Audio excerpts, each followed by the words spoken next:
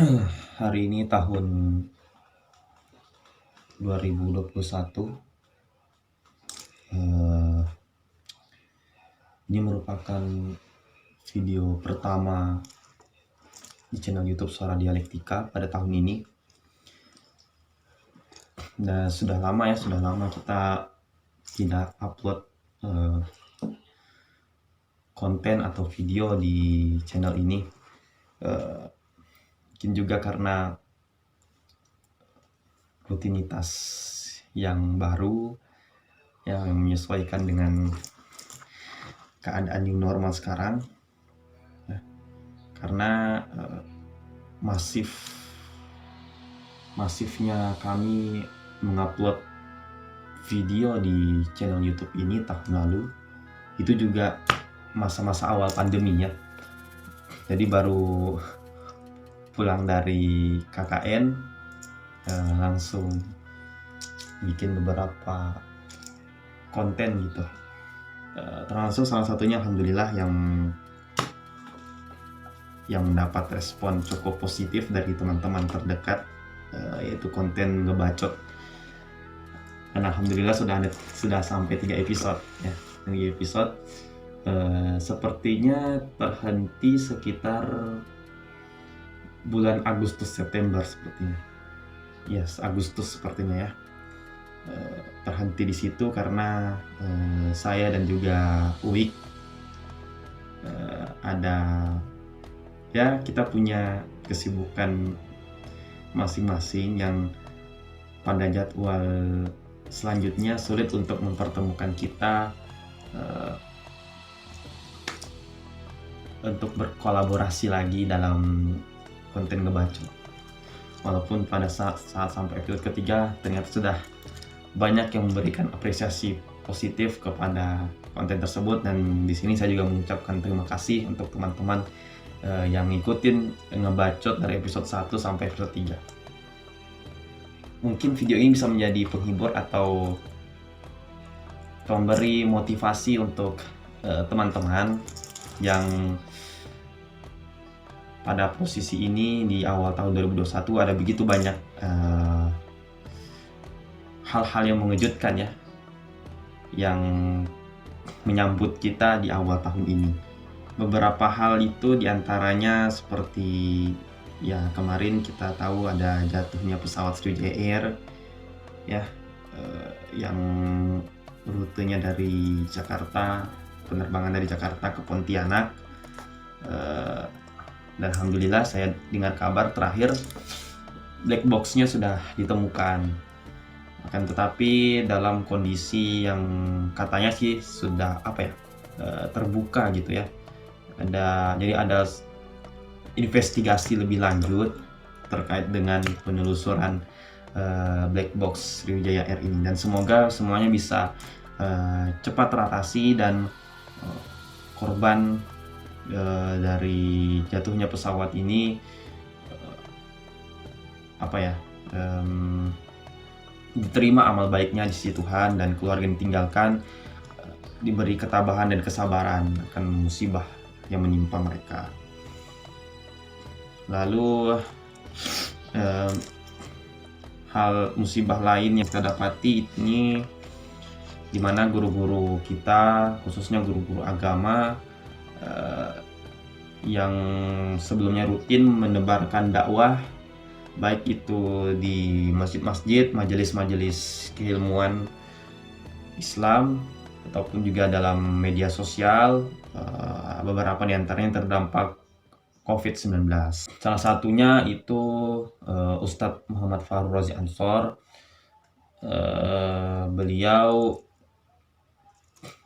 cukup sering mengadakan majelis dakwah di sekitaran tempat tinggal saya di Kota Makassar, dan bahkan jika beliau mengadakan majelis di sekitar sini, saya hampir tidak pernah absen di beberapa majelis dakwahnya, majelis ilmu yang beliau di sana menjadi pemateri. Ketika ada konfirmasi dari beliau beberapa hari yang lalu, beliau ternyata positif COVID-19 dari hasil rapid antigen. Kita doakan juga untuk guru-guru kita termasuk Ustadz Muhammad Fauzi Ansar diberikan kesehatan dan juga bisa cepat untuk kembali beraktivitas guru-guru kita. Lalu kemudian meninggalnya para alim ulama atau guru besar agama Islam, seperti diantaranya Syekh Ali Jaber meninggalkan duka yang sangat luar biasa, di mana beliau ini merupakan ahli Quran ya. Beliau memang ahli dalam bidang ilmu Al-Quran dan menebarkan dakwahnya itu kebanyakan tentang urgensi umat Islam dalam mempelajari ilmu Al-Quran, ya, kitab sucinya sendiri.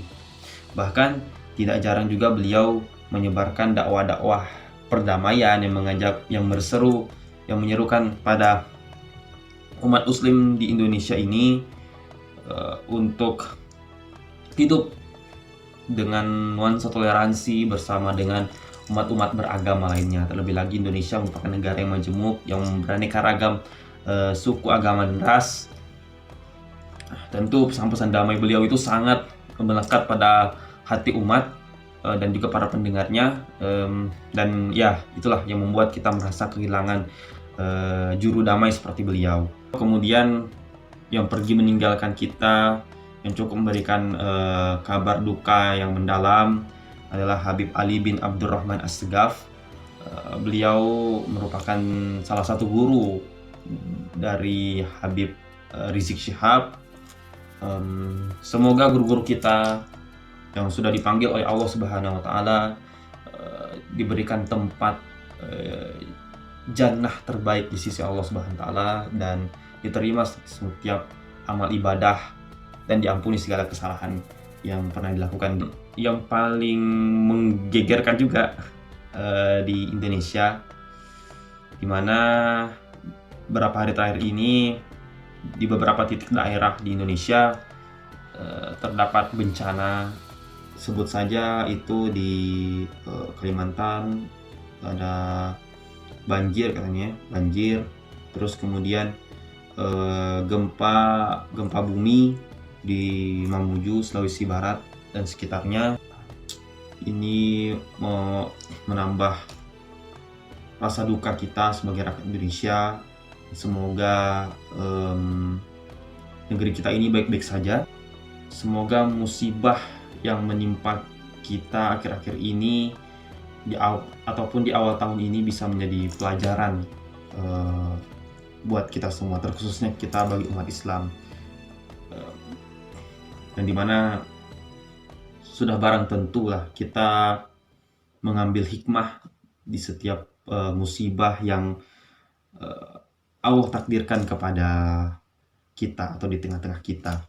Musibah yang diturunkan oleh Allah Subhanahu wa Ta'ala, kita harus yakini bahwa ini sebagai ujian untuk melatih keimanan kita, ketakwaan kita kepadanya, dan untuk melihat siapa di antara kita yang masih survive, meningkatkan amal-amal soleh kita apapun kondisinya, tidak hanya saat suka tapi juga saat duka. Maka dari itu Allah Subhanahu wa Ta'ala berfirman dalam ayat kedua surah Al-Mulk, yang dimana Allah berfirman, mati dan hidup diciptakan untuk mengujimu dan melihat siapa di antaramu yang paling sempurna amalnya. Lalu dipertegas Nabi dalam hadisnya, jika Allah mencintai seseorang, maka dia akan mengujinya. Jadi ujian yang menimpa kita saat ini harus kita pandang positif, bahwasanya Allah Subhanahu wa Ta'ala menurunkan menurunkan musibah ini sebagai pertanda bahwa Allah masih cinta kepada umatnya, masih memperhatikan umatnya. Bagaimana kalau kita tidak diperhatikan lagi oleh Allah? Maka segala apapun upaya yang kita perbuat di dunia ini mungkin tidak ada artinya lagi. Tapi musibah ini Allah turunkan kepada kita karena Allah tahu hanya kitalah yang bisa menyelesaikan masalah ini. Hanya kita yang dapat menampung masalah ini sehingga menjadi ladang kita untuk beramal soleh, untuk berbuat baik lebih dan lebih lagi. Kenapa dikatakan musibah ini dikatakan sebagai cara Allah mencintai hambanya? Karena di balik musibah, di balik ujian yang Allah berikan kepada manusia, itu merupakan tantangan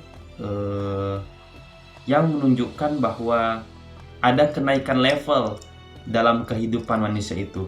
Jadi setiap orang beriman itu diuji, seperti dalam Al-Quran dikatakan bahwa setiap orang beriman itu diuji oleh Allah Subhanahu wa Ta'ala sesuai dengan tingkat keimanannya. Jadi ketika kita sudah selesai pada tataran akidah, kita akan diberikan tantangan lagi dalam tataran yang lebih tinggi gitu. Mungkin yang berkaitan dengan harta, berkaitan dengan tahta, berkaitan dengan keluarga. Nah, disitulah kemudian keimanan kita kembali diuji oleh Allah Subhanahu wa Ta'ala. Dan di balik ujian itu, di balik rintangan yang diberikan itu, ada ganjaran pahala, ganjaran kenikmatan yang akan diberikan sebagai balasan orang yang berhasil melewati tiap tantangan itu. Maka dari itulah ladang musibah itu bisa dikatakan ladang musibah itu sebagai wujud cintanya Allah kepada kita. Karena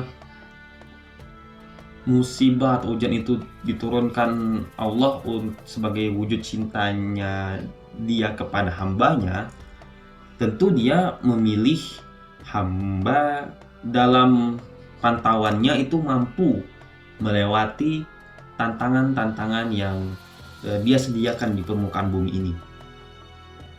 Maka bukan orang-orang sembarangan yang akan ditimpa musibah itu. Begitu juga dengan keimanan kita yang ditimpa pada ujian ini.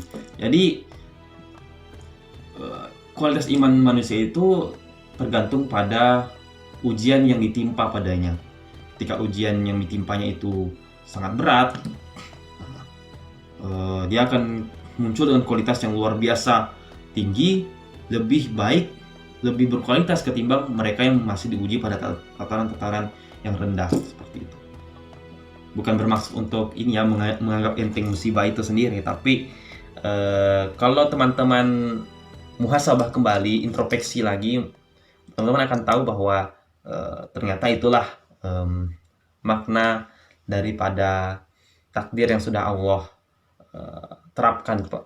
berikan kepada hidup kita. Maka dari itu ujian dalam kehidupan ini kita harus maknai sebagai sebuah kondisi yang men-challenge kita agar kita melakukan introspeksi atau bermuhasabah untuk mencari makna dari kehidupan ini, dari musibah yang kemudian ditimpa oleh kita selaku manusia yang tinggal di bumi Allah ini. Ketika ditimpa kesulitan, Allah perintahkan kita untuk terus bersyukur dan bersabar, karena dari situ kita sadar bahwa semua takdir ini itu datang dari Allah Subhanahu wa Ta'ala. Sehingga kita tidak hanya menerima dengan kondisi pasrah, tapi musibah-musibah itu justru yang mampu mendorong dan meningkatkan keimanan dan ketakwaan kita kepadanya. Untuk itu kita harus pahami bahwa sabar dan syukur itu bagaikan dua sisi mata uang yang sama. Jadi ketika orang mudah bersyukur atas apa yang ditimpakan kepadanya, maka di kondisi yang bersamaan dia juga mudah untuk menjadi sosok yang sabar akan kondisikan kepadanya. Karena itulah di dalam surah Al-Baqarah ayat 156 ya, bahwasanya mereka orang-orang beriman ini yang sudah melatih dirinya untuk terus bersyukur dan bersabar dalam hidupnya, mereka itu adalah orang-orang yang berbahagia. Maka dari itu di dalam ayat itu Allah katakan, berilah kabar bahagia kepada mereka yang bersyukur dan bersabar. Jadi bisa dikatakan bahwa mereka yang melewati setiap tantangan dan rintangan yang Allah berikan dengan rasa syukur dan sabar, maka mereka sudah berada di taraf kebahagiaan. Oke, itu dulu nih video pertama di tahun 2021, tepatnya untuk konten channel YouTube ini. Jadi tunggu aja terus upload terbaru kita. Insya Allah saya akan coba untuk running lagi konten di channel YouTube ini, insya Allah. Dan untuk yang bertanya kapan sih nih ngebacot running lagi gitu, apakah ada lanjutan episodenya? Ya saya juga usahakan. Saya masih terus komunikasi baik dengan Uik, dan alhamdulillah respon beliau positif. Insya Allah kita akan agendakan bulan Maret ya. Oke. See you next next content mungkin. Ciao.